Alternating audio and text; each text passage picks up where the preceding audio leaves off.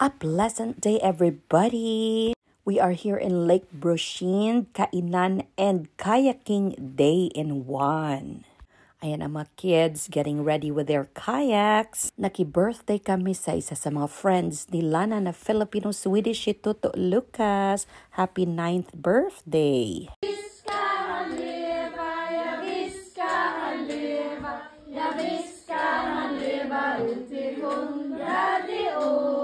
Tack for Sienna's Petition of Family at silipin natin ang mga foodies.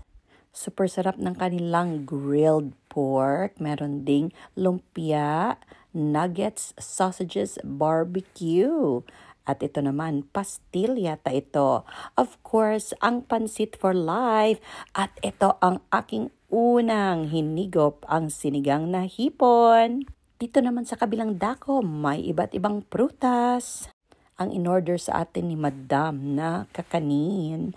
At ito ang sarap ng cake na to, peach cake, macaroons, strawberry cake. At nakalimutang isama sa video ang cassava cake. Maraming salamat sa masayang kainan at bonding. Ito na, picture time. Sa aming mga ngiti, halatang busog na busog na.